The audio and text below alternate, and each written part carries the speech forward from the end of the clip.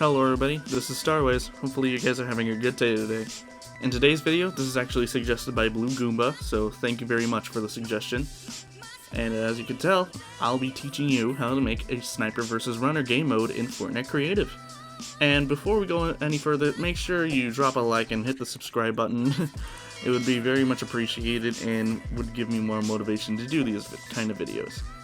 Alright, let's get right into it. Now, before I actually talk about the devices and island settings and all of that stuff, I would just like to mention that we recently just got the matchmaking devices back into creative mode, so now everyone has matchmaking. And I have some maps that you guys may want to play. Cough, cough, cough, cough, cough.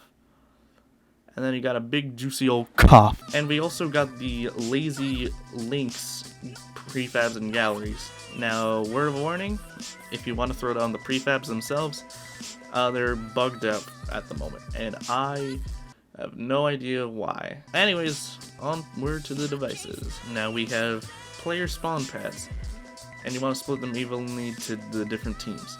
So in this example, I have 8 in Team 2 and 8 in Team 1. Next you have the team settings inventory, one for each team to be controlled. I'll talk about that in a second. And then you have the item spawners for, I'd say about 5 to 6 would be fairly balanced. Like if you want more weapons like an SMG or a different shotgun, you go ahead and change it. I'm just putting these down as recommendations, that's all. So for the settings in each of these, player spawn pads, fairly simple. Just set the Team 1 spawn pads to Team 1 and the Team 2 spawn pads to Team 2. Fairly simple.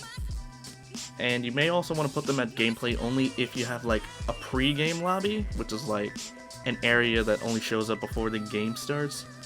So if you have that, you may want to set them all to gameplay only, just in case. Alright. So I'll talk about team setting inventories after the item spawners because these are much simpler. Alright, so all you really need to do is just change the spawn time to just instant. That's it. That's all you really need to do. Alright, now back to the team settings inventory device. Now for each team, I'll show you each of the settings that I recommend for each team. So Team 1 is supposed to be the runners, because blue is good, red is bad. I feel like that is a good thing that I should just point out there. Anyways, start max health should be 1, and the max shield should be 100, because this is snipers we're talking about. I feel like that would be really good balancing, you know? Infinite ammo would be off, or else you'd just be spamming all those impulse grenades. And that's not a good sign now, is it? Alright, so, and then spawn them to 2, just to give them like a second chance and stuff. Now, Team 2, on the other hand, is a bit different. So, you still want to have 1 health, but this time you have 200 shield. Just because, you know, you got snipers to work with. It's not really good for close combat like an AR or shotgun. And then the spawn limit, you just want to set to 1, just to show that they are snipers. Now you can dump these weapons into the Team 2, and the weapons I'd recommend are all of these in their own rarities, which would be the bolt action, the semi-auto, the hunting rifle, the storm scout, and probably the new lever action sniper. And if you don't want the lever action, you can just switch it with like a, I don't know, like a suppressed sniper maybe.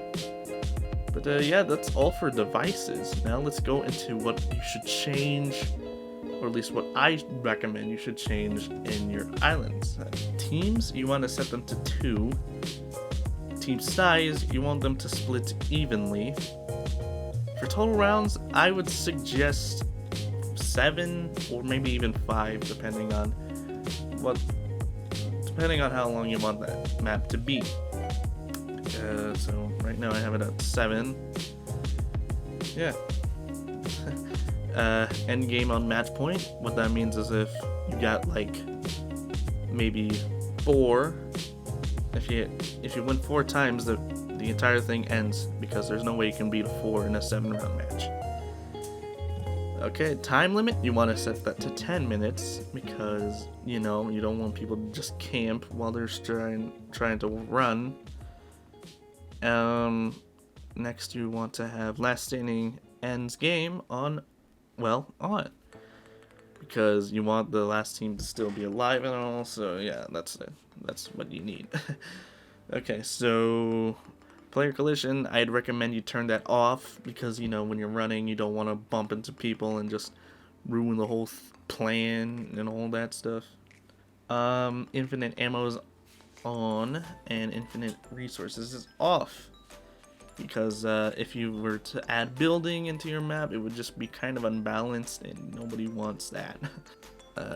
Structure damage and pickaxe damage, you want them both off, because you just destroy the stage, and that would just really not be good for other people.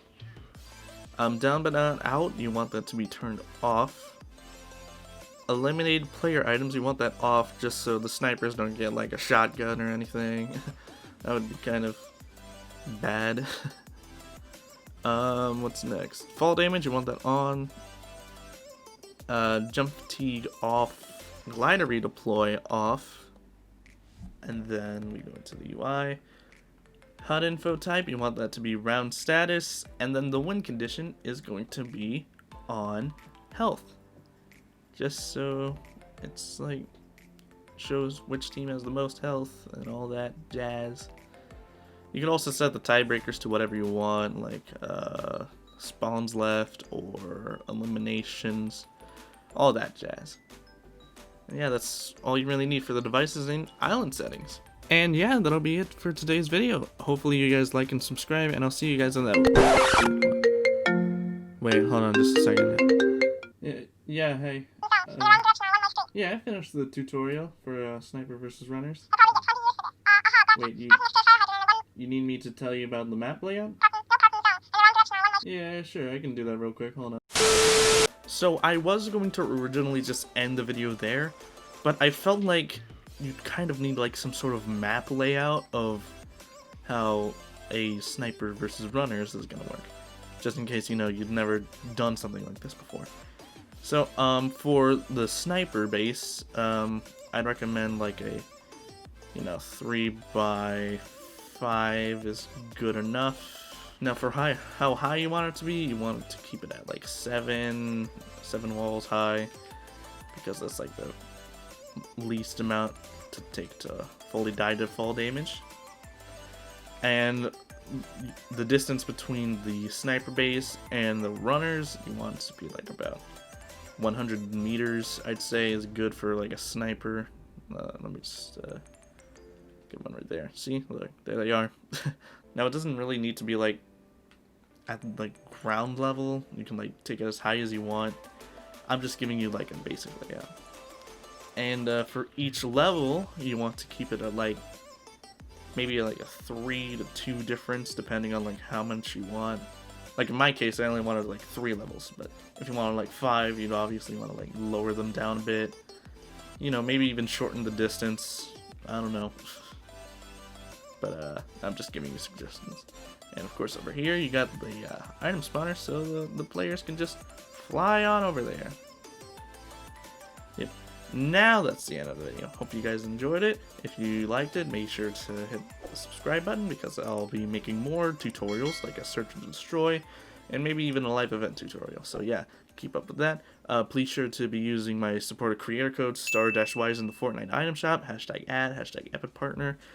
And yeah, that's it for the video. This is Starwise, and I'll see you guys in the next one. Take care of yourselves.